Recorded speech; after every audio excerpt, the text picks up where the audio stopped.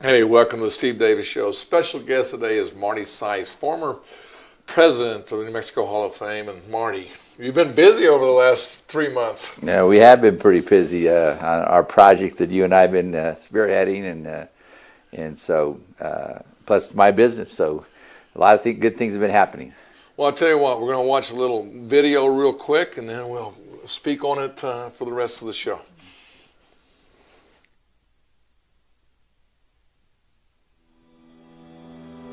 In the heart of Albuquerque, where dreams take flight, we are building something extraordinary, an experience that will inspire generations and celebrate the greatness within us all.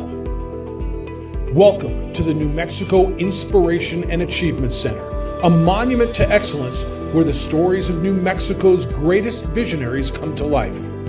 Here, state heroes share their journeys, inspiring young minds to dream bigger, reach further, and believe that greatness is within reach. By harnessing state-of-the-art technology, we create immersive experiences that educate and inspire. From a stunning 250-seat 3D theater to dynamic digital storytelling, every moment at the center is designed to unlock potential and possibility. New Mexico's visionaries and community leaders believe in this mission. Listen as Marty Saiz, Steve Davis, and KRQE TV's anchor share their insights on how this center will shape our future. Hey, Coach Holzman, tell us about building the pit. He did. He says, I think I can build it down in the ground, but there might be water down there. Tonight, here's a look at the technology and the push for a New Mexico Sports and Cultural Museum where you can talk to local sports legends, movie stars, and politicians. Walk through a hallway in the Albuquerque Convention Center, and you might just miss it. This is the New Mexico Sports Hall of Fame, where you can find all the greats: Bobby Unser, Bob King, and of course, Brian Urlacher. Marty Saiz with the New Mexico Sports Hall of Fame says more should be done to honor them. I envision you walk in and probably multiple faces in all fields of endeavor. Saiz has been working on a museum that has morphed into celebrating the achievements of all successful New Mexicans. This project now is way more than a Sports Hall of Fame museum.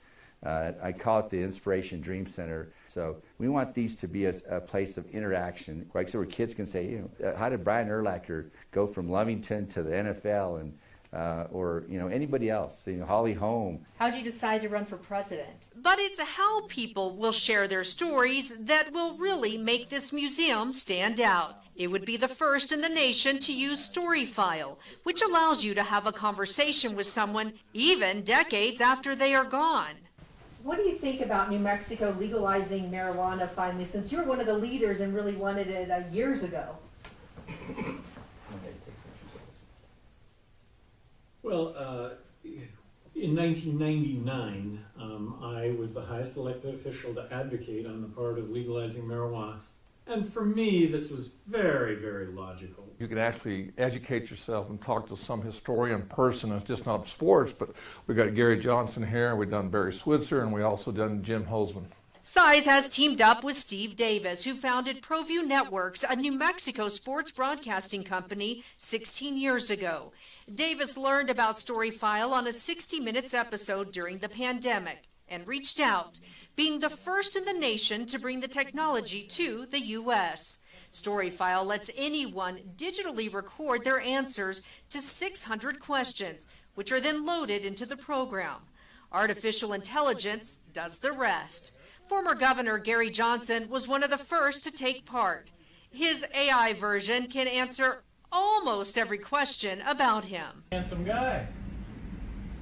I wouldn't ask you that question, so. I don't have an answer to that question. Saiz and Davis through the city of Albuquerque are requesting $700,000 to get plans moving forward for the museum.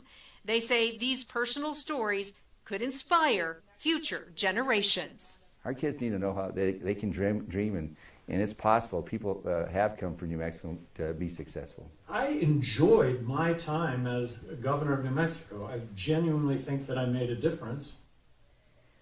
And Saiz says the goal is to have a mix of private and public funding to build the museum. He says they've been working with the city to find the best location. The power of preserving stories and connecting generations is at the heart of this project. Hearing Niall Cooper explain the impact of using story file technology to bring history to life and inspire new achievements. Hey, my name is Neil Cooper. We're at the World War II Museum. I'm the Director of Capital Projects Exhibits, and I'm talking a little bit about Storyfile and our Voices from the Front exhibit. And what Storyfile have done for us is a great thing. They've created, with our help, with these amazing oral histories from veterans and from home front workers, a really truly awesome interactive experience with a level of engagement from our visitors that's mind-blowing. They are in use 60% of the day. If we're open, these interactives are used more than any other interactives that I've seen in the museum. This is something really special.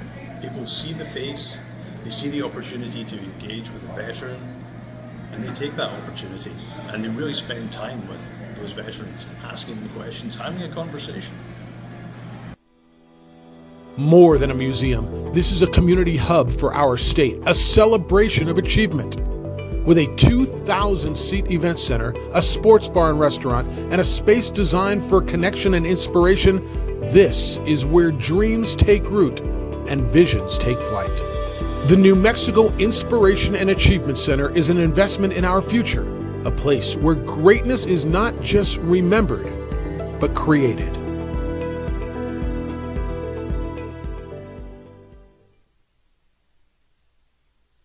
Steve Davis Show, we got Marty Saiz here, and I just like to say ex, I says former Mexico Hall of Fame president, and I tell you, this dream is something that just didn't happen. It's talk about how this all came about. Well, the Sports Hall of Fame is in their 51st year, and probably about 10 years ago, I was approached when I was president the first time about having a Sports Hall of Fame museum.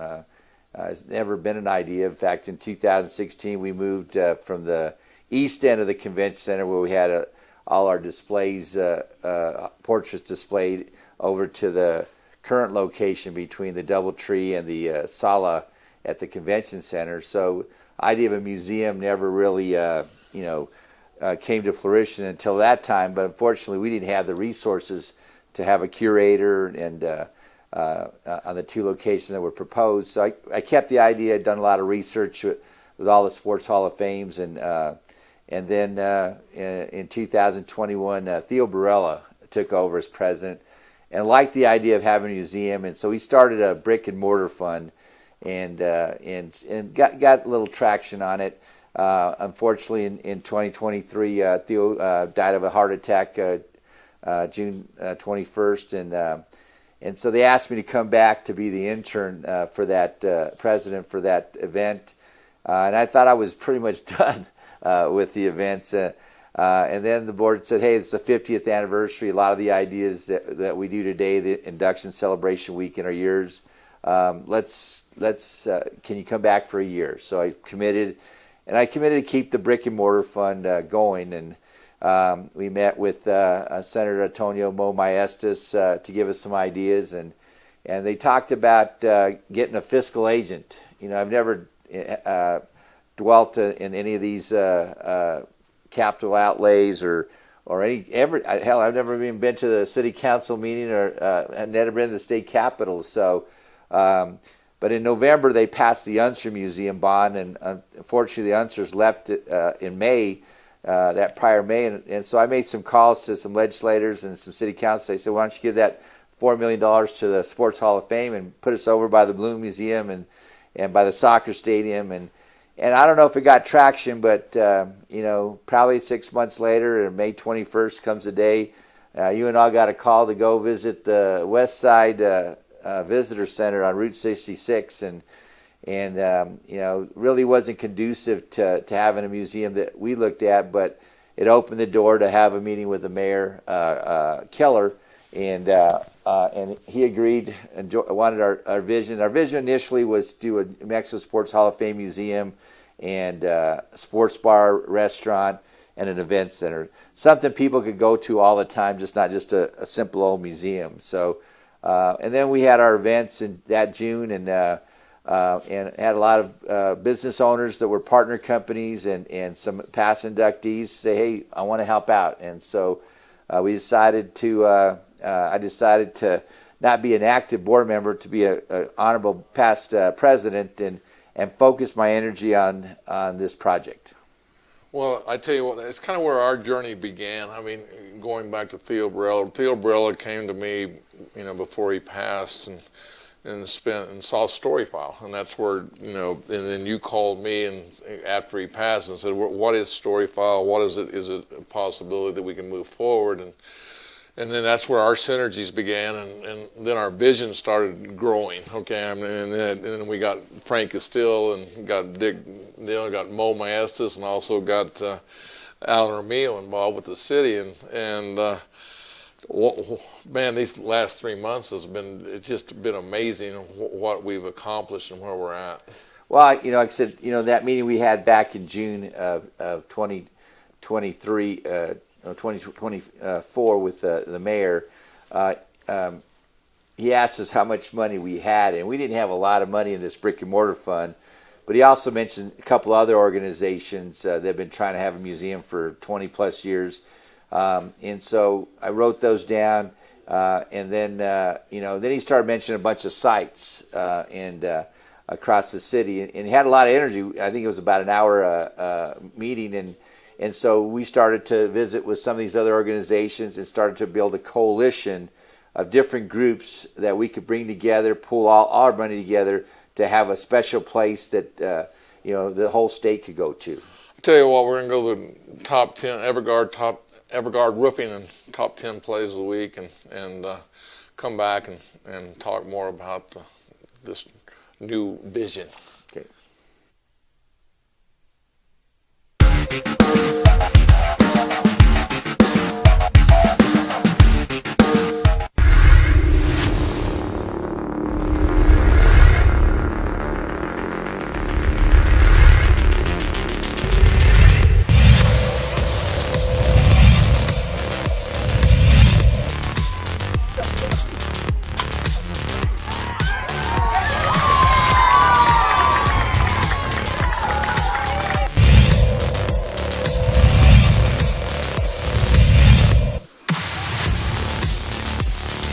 Pops it skyward. Uh-oh, going deep. Deep.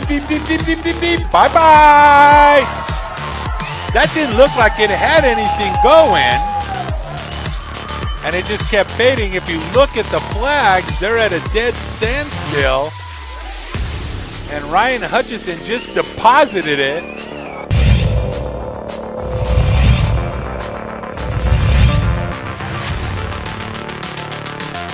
Chavez, a nice cut towards center field. That one finds a seam.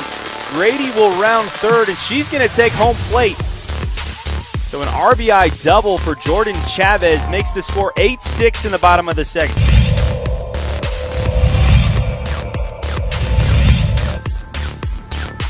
And now we've got a stolen base attempt. Throw looks like it's on time, and so was the tag. Out! Long as they were looking to have that ball. Beautiful throw.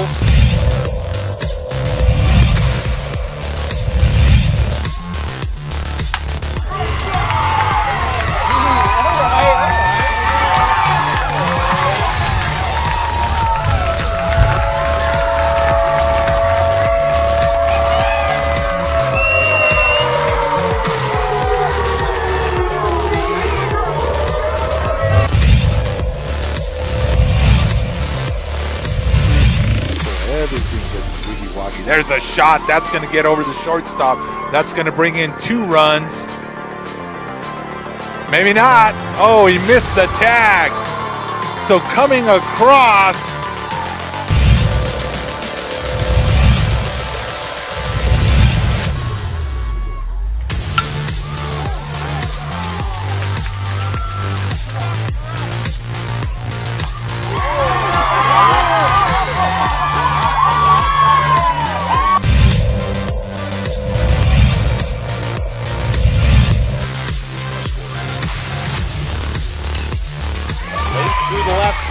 Romero is being sent all the way and lost out in left field.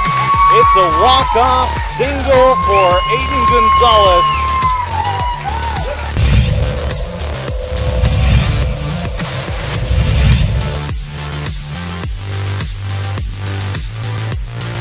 That one shot to center field.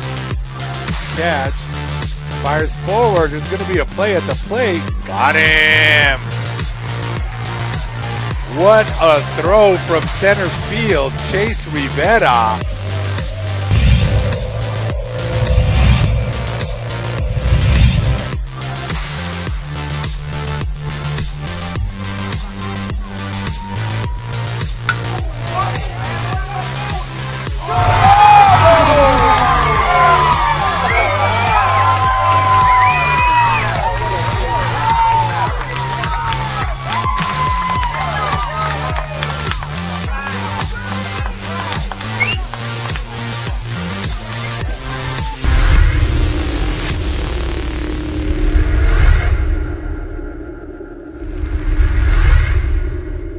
We would like to thank the following sponsors for making this broadcast possible. For over 20 years, Evergard Roofing and Solar has been committed to customer service. Locally owned and operated, Evergard offers both commercial and residential roofing and solar services. For more info, please call 505-821-9543. Evergard Roofing and Solar are proud supporters of ProView Sports Network and New Mexico Youth Athletics.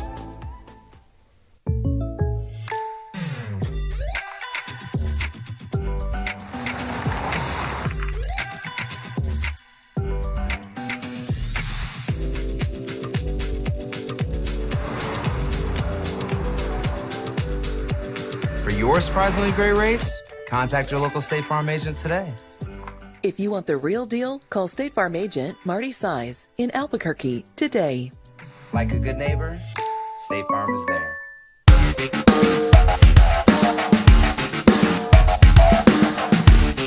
Hey, welcome back to Steve Davis Show. We have Marty Saiz, former New Mexico Hall of Fame president. Marty, you know, I think you and I learned a lot over the last 2 months or 3 months. Okay, I think we put on an endeavor and speak on, you know, we had no education in how the political world and the legislation works and all that, and kind of walk us through the last 2 months and what we learned and what we accomplished and things like that. Well, first of all, we were encouraged to get a capital outlay request, which I didn't know what that meant. So we had a lot of guidance from Alan Armijo and Senator Mo Maestas, and we submitted the application December 6th, right on time, but something transpired, and they finally got to the state, and the state called me and says, yeah, you got to complete a state application. Oh, okay, didn't know that. The guys at the Legislative Council was really helpful, but we wanted to call it the New Mexico Historical Center. They didn't let us do it, so we ended up with Albuquerque New Mexico Sports and Cultural Museum, because we wanted this to be more than just a sports hall of fame. We wanted it to be of all endeavors, and since then we've called it the Inspiration Center, New Mexico Inspiration. And we had a vision. We wanted it to serve as a cultural and educational hub, you know, celebrating the state's most accomplished individuals, not just sports, but, you know, people don't realize people like Jeff Bezos and Bill Gates and George R. Martin, a lot of really successful people either born or lived here. And so we set this capital outlay request and sent it off. And now what do? So fortunately, we had Alan Armijo, who's been a former lobbyist for APS and for about 25 years. He's the mayor's community liaison and a good friend of ours, and said, I'll help you. And so our first visit was to the Lieutenant Governor January 29th, and we had a 10-minute appointment. We were there for like 40 minutes, and at the end he said, I love your vision. Let's make it happen for the people of New Mexico, and go visit all the state legislatures. So that's what we did. We spent probably 50 hours out there. We created a brochure talking about our project. Probably we were told we were the only ones that had a brochure, and got to probably visit probably a third of the legislators, senators, and reps out of 111. I think we had about 35 visits, and our capital outlay request was $700,000. As a result of our efforts, and the board, New Mexico Board Hall of Fame board members helped out making some calls and stuff. We ended up with $822,000. Well, I tell you, when I look back at what, and I'm probably still in one of your lines that I've listened to, is if I knew what I knew now to start this, probably wouldn't have got involved, because it was, all I heard was basically skepticism about trying to get capital outlay, because the process is usually you started a year in advance, and we started like maybe 1 month before the legislative started, and as we were talking to people, I remember talking with Sue Griffith and talking to them. Sue Griffith says, "Steve, man, the money's already been appropriated. I mean, y'all are way behind the scenes. You have to start. I've been lobbying for 14 years, and you start, as soon as the session's over for the money you didn't get this year, and start lobbying and the reasons and the cause for what you're using it for." Well, it didn't stop our group and the people, and I think Alan O'Meal got me. He was like, "Yeah, you guys got your work. I'll show you the ropes." And you and I had never been to the roundhouse, and he was showing us how it all worked. And Mo was the spearhead of the thing, and he just says, "Look, I will go to bat for you, but you got to go talk to him. I don't have time." And I really didn't understand what he meant until I saw him and all the people that were calling and making appointments, trying to see him. It was pretty educational. And if anybody has a chance, I mean, it's amazing how everybody in the legislative, the senators and the representatives, how hard they work and to get.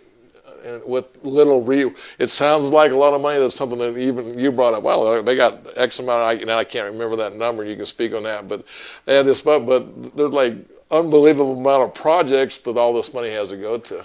Well, like I said, our first taste was thanks to Dave Simmons, owner of Everguard Roofing and Solar. He took us to a Republican welcome reception, and hell, I've never been to any of that stuff, and so he guided us. We had a good chance of meeting several.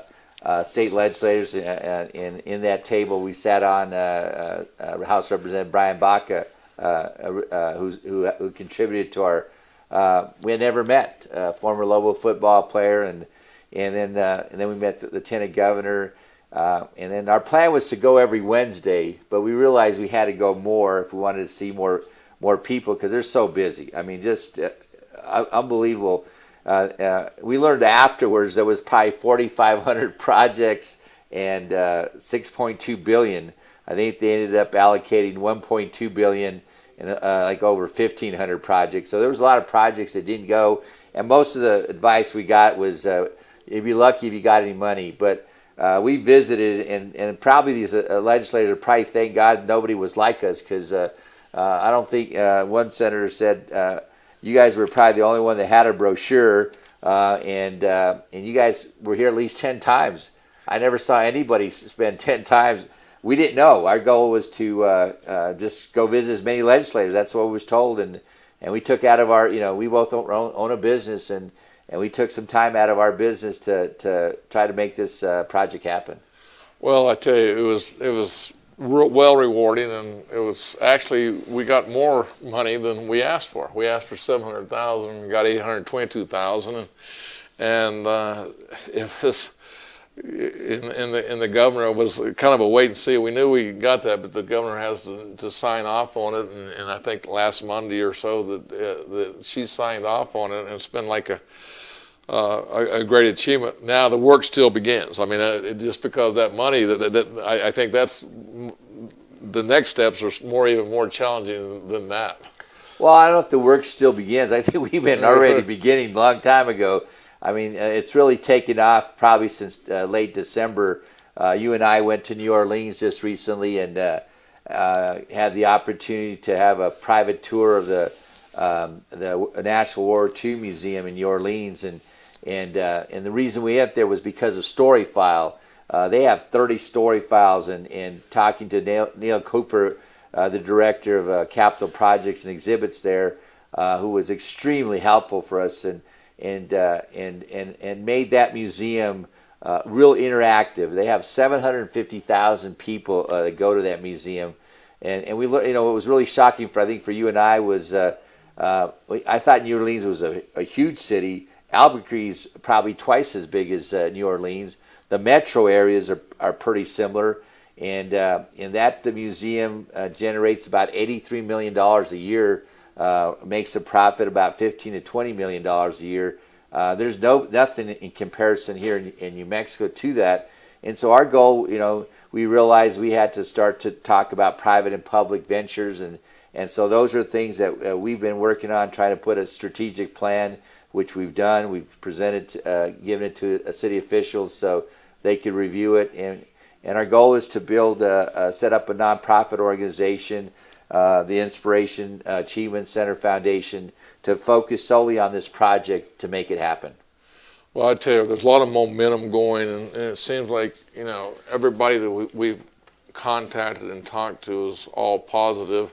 As long as we get through one step to the next step, or the hurdles to get to where we're at, and it's very rewarding to see that the work that we put into it, the community is behind it. Well, and the community is not just Albuquerque; it's the whole state. What was interesting in this capital outlay request, it was bipartisan. You and I went in there politically blind, is what I said. I'm just a New Mexican with a vision of seeing us have a special destination. I don't want this to be a typical museum where you just go there once, check it off your list, and say I've been there. We want this to be a place where people go all the time, and we create an environment, and hopefully an inspiration environment. And so we had we have 17 legislators. 8 of them were Democrat and 7 Republican. I mean, we didn't care. I looked at every legislator as just a fellow New Mexican, not whether they were Democrat or Republican, and it kind of showed. And there was some legislators that I think I was kind of surprised that they gave us money. We spent some time, and they hemmed and hawed about it, but I think the brochure and our vision really was helpul. I'll tell you, we ran out of time. I just want to thank you for coming on. Thank you for welcome. all your hard work, and the journey's still beginning. So. Yeah, well, we're going to go keep this journey going, and hopefully we'll keep everybody updated on our progress. All right, thanks a lot, Mark. You're welcome.